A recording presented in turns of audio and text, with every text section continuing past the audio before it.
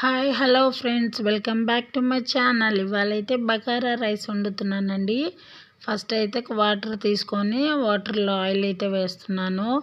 అవన్నీ ఏమో బిర్యానీ దినుసులండి, జాపత్రి అవన్నీ వేసి చిల్లీస్ కూడా వేసేసాను. పుదీనా వేస్తున్నాను. ఇప్పుడు పుదీనా వేస్తున్నానండి ఫస్ట్, ఎందుకంటే ఆ నీళ్లు మరగాలి కదా. యాలక్కాయలు కూడా వేస్తే ఏంటంటే మనకి ఫ్లేవర్ అనేది వస్తుంది. ఇప్పుడు తగినంత సాల్ట్ అయితే వేసుకుంటున్నాను నేను. ఇప్పుడైతే అదిగో తెరులుతుంది కదా, వాటర్లోనే వేసాను. కొంచెం బిర్యానీ మసాలా అయితే యాడ్ చేశానండి నేను, కొంచెం స్పైసీనెస్ కోసము. మనము 2 గ్లాసెస్ రైస్ తీసుకుంటే 4.5 గ్లాస్ వాటర్ అయితే వేసుకోవాలండి. నేనైతే ఆ రోజు 3 గ్లాసెస్ వండానండి, మా పిల్లలు ఉన్నారు అని చెప్పి. ఇదైతే తొందరగా ఈజీ ప్రాసెస్లో అయిపోతుంది.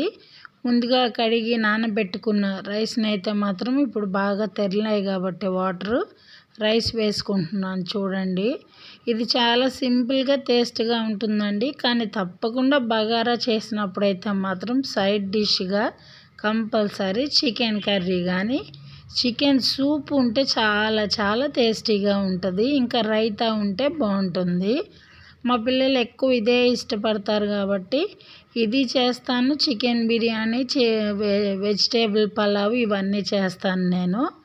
అదిగో ఇప్పుడైతే రైస్ వేసేసినాక ఒక్కసారి కలబెట్టేసుకోవాలండి. కానీ నేను మాత్రం బాస్మతి రైస్ అయితే వాడనండి, ఎందుకంటే మాకు అలవాటు లేదు. సోనా మసూరి రైసే. అదిగో ఉడుకుతుంది కాబట్టి మధ్య మధ్యలో కొంచెం కలబెడుతూ ఉండాలండి. ఎక్కువగా అయితే మరి తిప్పకండి, ఎందుకంటే మెత్తగా అవుతుంది.